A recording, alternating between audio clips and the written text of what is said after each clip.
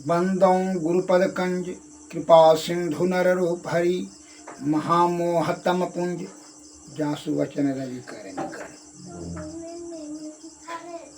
श्रद्धेय महानुभावों,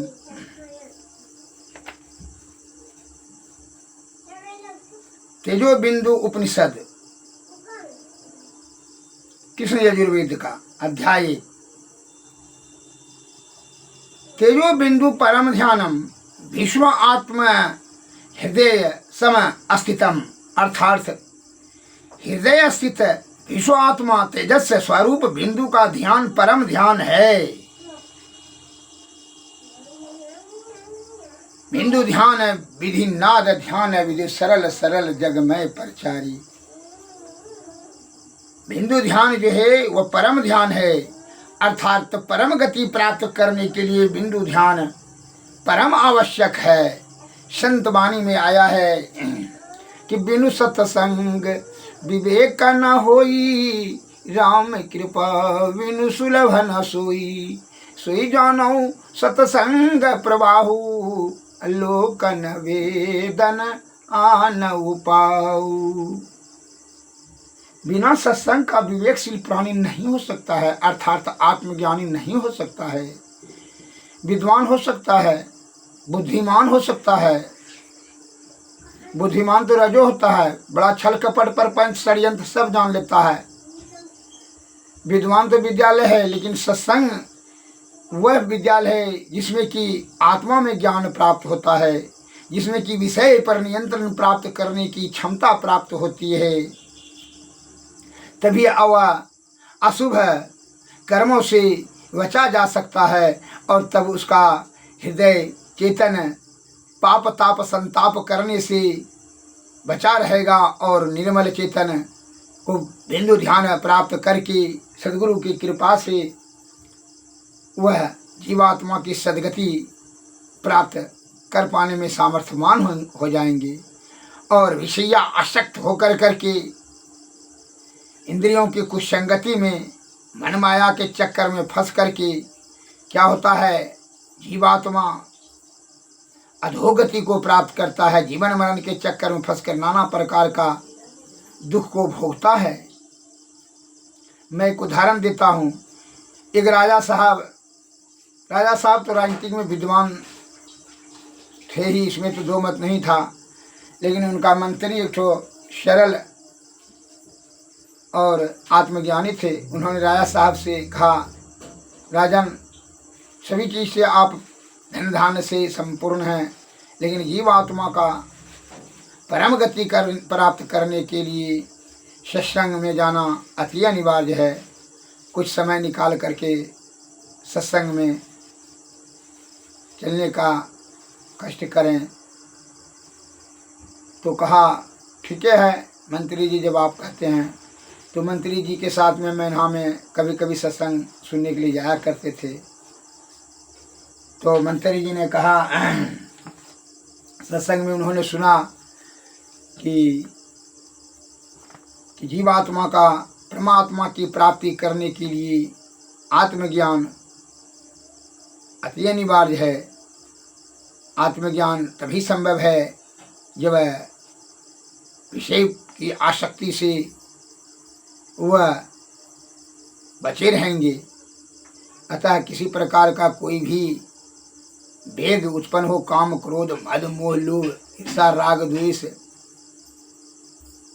तो उसे यथाशीघ्र निर्णय नहीं लेना चाहिए आवेश में आकर के। इससे परिणाम सही नहीं रहेगा। सोच समझ करके आत्मज्ञान से ही निर्णय लेकर के कार्य करें, जिससे कि पाप ताप महापाप से बचे रहेंगे। यह बात उन्होंने सत्संग में बराबर सुना करते थे। तो संयोग की बात हुई कि राजा साहब ने मन में विचार कर लिया था कि सत्संग का बात अमल करेंगे। तो दुर्घटना राजा साहब के जीवन में यह हुआ कि जो उनका सेवक था, बिछावन बिछाने वाला, तो सकता क्या राजा साहब का, तो एक दिन वो सेवक ने मन में विचार किया, बिछाना उछाना गद्दा उद्दा लगा करके मखमली चादर एवं सुगंधित युक्त शयन कक्ष में उन्होंने विचार किया कि राजा साहब को तो 2 घंटा देरी है आने में, तब तक हम देखें कि जरा इस पलंग पर तोशक तकिया पर किस प्रकार का आनंद प्राप्त होता है। राजा साहब आएंगे तब ना, अभी तो नहीं आए हैं। उसमें मन में उसको ललसा हो गया। तो वह सेवक नौकर वह राजा साहब के बिछावन में सो गए, मखमली चादर ओढ़ करके। अब झिनी झिनी उसका आनंद इतना उनको गलीचा पर आनंद लगा कि वह निंद्रा में चले गए और वह ओढ़ कर करके चादर सो गए नींद में। अब उधर से जो है रानी भी खाना पीना खा करके आई, वो भी बगल में सो गई। रानी ने मन में सोचा कि राजा साहब अभी गहरी निंद्रा में सो गए हैं तो इनको उठाना उचित नहीं है, वो बगल में सो गई। अब क्या हुआ कि राजा साहब बाद में जब आए तो देखा कि अरे ये तो नौकर के साथ में रानी सोई हुई है। इसको तो राजा साहब को इस स्थिति में देख करके अपनी रानी को नौकर के साथ में सोई हुई है, यह क्रोध का से आग बबूला हो गया, क्रोध का इसका सीमा नहीं रहा। अब तलवार खींच कर करके वो कमर से विचार किया कि इसको क्रोध से दोनों को टुकड़ा टुकड़ा करके जान मार दें।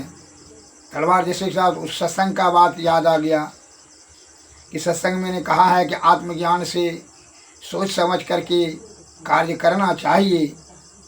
अतः क्रोध में, लोभ में, राग द्वेष ईर्षा में, काम वासना के समय में, भय में, उस विषम परिस्थिति में किसी प्रकार का डिसीजन नहीं लेना चाहिए, अन्यथा महापाप का कार्य हो जाता है और वह महापाप भोगना पड़ता है, जिससे कि जीवात्मा को नाना प्रकार का दुर्गति भोगना पड़ता है।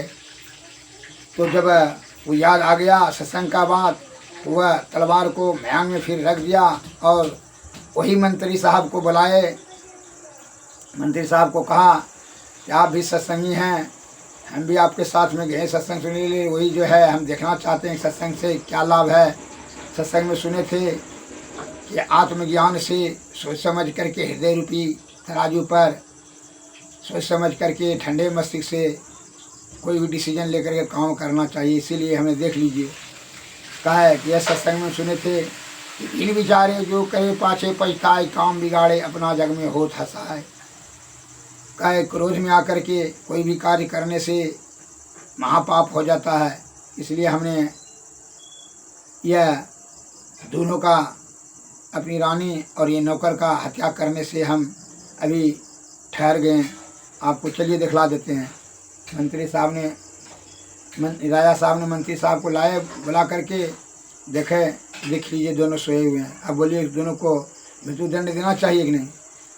तो मंत्री साहब ने कहा वो शत्रुघ्न आदमी थे, सदाचार का पालन करते थे, सत्संग भजन क्या करते थे, उसको आत्मज्ञान प्राप्त हो चुका था। राजा साहब को समझाते हुए कहा कि राजन जरा सा आप प्रतीक्षा कीजिए, अभी सच्चाई का पता लगा लेते हैं। क्योंकि ठीक है लगाइए, क्योंकि आप ये थोड़ा सा ये पाया कि जो है में छिप जाइए। वह जो है तो रानी को जो है उठाया, कहा रानी साहबा उठिए। तो धड़बड़ा करके उठती है रानी साहबा और बोलती है मंत्री साहब आपको इतना तो शिष्टाचार नहीं है, इस सैनिक कक्ष में आने से पहले जो है आवाज़ देना चाहिए, तो आप कैसे चले आए। कहा राजा साहब से भेंट करना है, उनसे इमरजेंसी में बात करनी है, राजकार्य में बहुत जरूरी है, आवश्यक कार्य हेतु। कहा बगल में तो राजा साहब सोए हुए हैं, जगाइए। अच्छा ठीक है, जगाइए। जगाते हैं। तो रानी साहबा को कहा ठीक है रानी जी, आप थोड़ा रूम से शयन कक्ष से बाहर हो जाएं, क्योंकि इसलिए कि राजा साहब से कुछ प्राइवेट गुफ्तगू करना है, प्राइवेट विचार करना है। कहा ठीक है। वो रानी चली गई। अब वो नौकर को उठाया तो धड़फड़ा के उठा और क्षमा मांगने लगा मंत्री साहब से। क्षमा कीजिएगा मंत्री महोदय, हमने सोचा कि राजा साहब को आने में भी 1 घंटा देरी है, इसलिए हम सोए तो नींद में चले गए। बताइएगा नहीं, अब जो है ना तो मृत्युदंड देंगे राजा साहब, अतः कृपा करके नहीं बताइएगा। हम इस तोषक तकिया को हम 12 वर्षों से बिछाते हुए आ रहे हैं, इसलिए हमने सोचा थोड़ा देखें कि इस राजा साहब के तोषक तकिया गद्दा पर पलंग पर सोने से कितना आनंद मिलता है। मखमली चादर ओढ़ करके यही ध्यान में रख करके हम यह चादर को ओढ़ करके सो गए। बोलो अच्छा अच्छा, ऐसा गलती तुमको नहीं करना चाहिए। का क्षमा कीजिएगा, पैर पकड़ने लगा। अब हम ऐसा गलती नहीं करेंगे और ठीक है जो भागो। इस प्रकार का दोनों का बयान सुन करके राजा साहब और मंत्री साहब जो है झूठ का पर्दा उड़ गया, जो कि क्रोध का कारण था। मन में यह राजा साहब को जो हुआ कि जो है रानी सेवक के साथ में जो है प्रेम करती है, इसलिए दोनों सोए हुए हैं। लेकिन इस बात से स्पष्ट हो गया दोनों के शब्दों से सुन करके कि वह अनजान में तोषक तकिया सोने का आनंद लेने के लिए चक्कर वह नींद में चला गया और यह राजा समझ करके ये बगल में सो गई। इसलिए दोनों का हृदय मन पवित्र है, अतः इसमें किसी प्रकार का कोई संदेह नहीं है। इस प्रकार से दोनों को जीव हत्या करने से राजा साहब बच गए, नहीं तो महापाप हो जाता। अगर दोनों का हत्या कर देते, राजा साहब भी चिंतित होकर के रानी के वियोग में और उस दोनों का जीव हत्या का पाप लग जाता। अतः सत्संग में जाने से इनको इतना लाभ हुआ। इसलिए कहता है कि सत्संग में जाने से और संतों का दर्शन होने से अलौकिक लाभ मिलता है। संत दरस फल परम अनूप, ब्रह्म दरस सहज जीव स्वरूप। हे भाई, बिना सत्संग का और बिना संत के दर्शन से परम फल की प्राप्ति होती है, और बिना सत्संग से आत्मज्ञान नहीं हो सकता है। और जब तक आत्मज्ञान नहीं होगा जो है, तब तक क्या होगा, न सुख न परम सुख की प्राप्ति नहीं होगा। तब क्या होगा कि रूप रस गंध शब्द स्पर्श के चक्कर में फंस करके विषया आसक्त हो जा करके नाना प्रकार का कुकर्म बुद्धि का प्रयोग करके आप इंद्रिय सुख की तृप्ति करने के लिए षड्यंत्र करने लगेंगे, जिससे कि आपको अनेक प्रकार का पाप रूपी कार्य कर बैठेंगे और वह कर्म का फल के चक्कर में पड़ करके आप जीवात्मा को जो है दुर्गति भोगना पड़ जाएगा। अतः आत्मज्ञान से सोच समझ करके कार्य करना चाहिए। नो कि इसलिए संतों ने कहा, अरे आँख का देखा हुआ सच्चा, ना कान का सुना हुआ सच्चा। जो ज्ञान रूपी हृदय में जो ज्ञान रूपी तराजू पर तौल कर करके विचार किया, उसी वो सच्चा कहता है।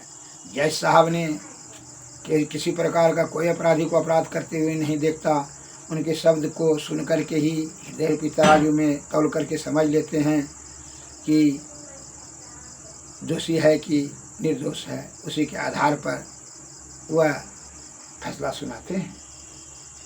यह शब्द की शक्ति और आत्मज्ञान की शक्ति से ही वह विचार विमर्श देते हैं। अतः यह जब तक मलमूत्र का पसीना ढोने वाला शरीर है, तब तक आप आत्मज्ञान से सोच समझ लीजिए कि दुख रोग शोक संताप पाप ताप भोगना ही पड़ेगा। इससे निवृत्ति प्राप्त करने के लिए संतों के शरण में जाकर के जुक्ति प्राप्त, जुक्ति से भक्ति, भक्ति से मुक्ति प्राप्त करें, जो कि आवागमन से छुटकारा मिलेगा।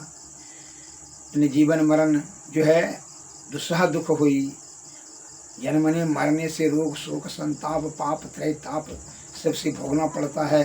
अतः इससे निवृत्ति प्राप्त करने के लिए जीवात्मा को निर्मल रखते हुए ध्यान अभ्यास सतत करने से विषय वासना क्षीण होता है। तब जो है ध्यान केंद्रित पर परम बिंदु पर, जिसको कहते हैं परम ध्यान की प्राप्ति होती है। बिंदु पर जब यह सूरत ध्यान अस्थिर हो जाएगा, वही ध्यान परम ध्यान है। तब ये तीनों पर्दों के अंधकार प्रकाश और शब्द मंडल के पार होकर करके ब्रह्म की प्राप्ति करता है। श्री सद्गुरु महाराज की जय। इसलिए संतों ने कहा,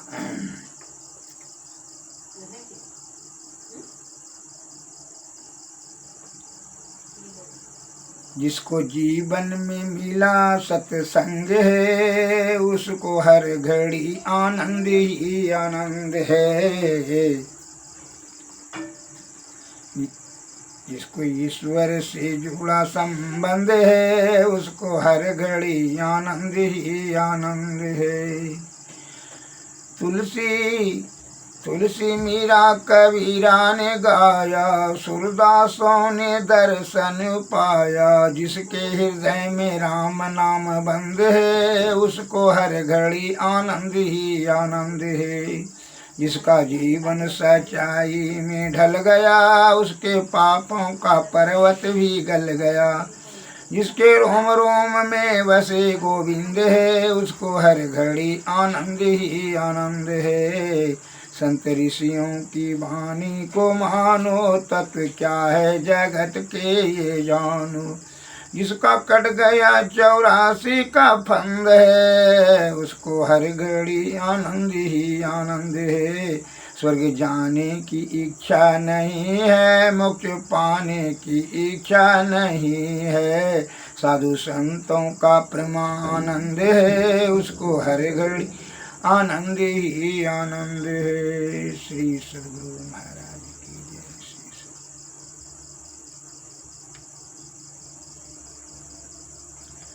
करो सत्संग नित भाई, सुधारो आचरण अपना। न भूलो जग प्रपंचों में यहाँ कोई नहीं अपना। न खाओ मांस और मछली, तजो अंडा व मदिरा को पराई। नारी मत देखो समझ माता सदृश अपना। जो करता चोर कर्मों को दंड देता है न्यायालय। पतित व लोक दृष्टि में भूलकर संग मत करना। वचन हो सत्य प्रिय मधुरस, वह जीवन स्वावलंबी हो कर यात्रा काल संध्या नित्य। सफल मानव जन्म करना, एक प्रभु का भरोसा कर मिलेंगे अपनों और अंदर। संत की सीखे अपना कर करो कल्याण, कुछ अपना करो सत्संग नित्य भाई। सुधारो आचरण अपना। श्री सद्गुरु महाराज की जय।